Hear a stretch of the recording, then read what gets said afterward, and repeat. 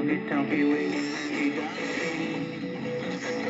dinky, lanky, honky-tonky, winky, wonky, donkey.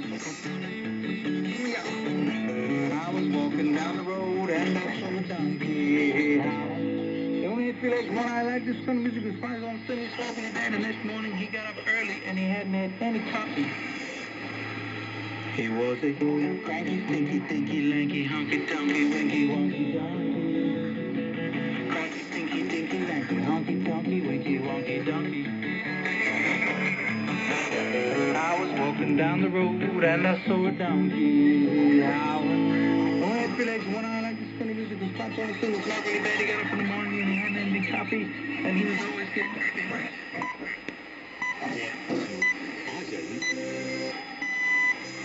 RNZ News at 7 o'clock. Mihi, good morning. I'm Sarah Bradley. Israel's Prime Minister says his country has moved to the second stage of its war against Hamas in Gaza, describing it also as the second war of independence for his country. Israel began its ground invasion overnight following an intensification of its bombardment yesterday.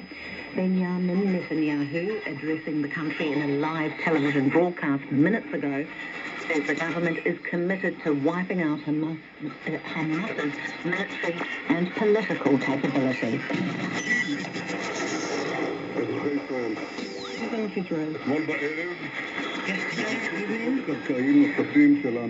Additional forces entered into Gaza.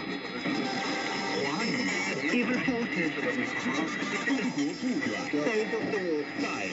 Benjamin Netanyahu again urged civilians in the north of the Gaza Strip to head south. And international aid agencies are struggling to contact staff in the Gaza Strip because a phone and internet blackout has been in place for 24 hours. The United Nations Agency for Palestine Refugees says the collapse of these services has further complicated what is already a very difficult humanitarian operation in the besieged territory. Its Director of Communications, Juliet Toomer, says Israel has intensified its bombing campaign in tandem with the comms blackout. On the casualty figures, because of the telecommunications collapse, we were not even able to get an update on the number of casualties that are likely to be with that. So the number still stands as of yesterday at 53, but it's very likely that it's going to be the Palestinian and the Norwegian Refugee Council all say they have lost contact with Gaza staff. Wellington Airport says a new Qantas route may benefit passengers with more choice and lower airfares. Australia's national carrier have announced a new daily service between Brisbane and Wellington. A spokesperson for Wellington Airport, Phil Rennie, says increased competition could benefit those booking flights across the dip. In terms of timing and flight schedules and when they want to fly. The connections are a real benefit for travellers. They'll be able to connect to Qantas' global network and fly on to places like Asia. It should be really good for passengers in terms of putting downward pressure on airfares as well. Phil Rennie says the Brisbane service closes a gap in Qantas's flight schedule.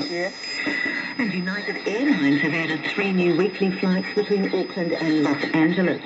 The inaugural United flight of UA642, a Boeing 787-9 Dreamliner, will depart Auckland at 3:40 tomorrow afternoon. The company says the non-stop service will fly 3 times a week to start with, before increasing to 4 times a week in December, as part of the airline's broader expansion efforts in Aotearoa.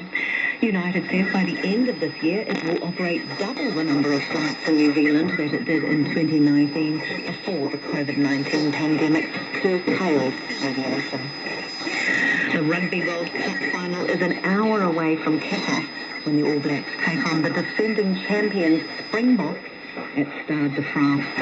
The All Blacks are playing a record 5th final, with both teams seeking a record 4th title. Our rugby reporter Joe Porter is in Paris.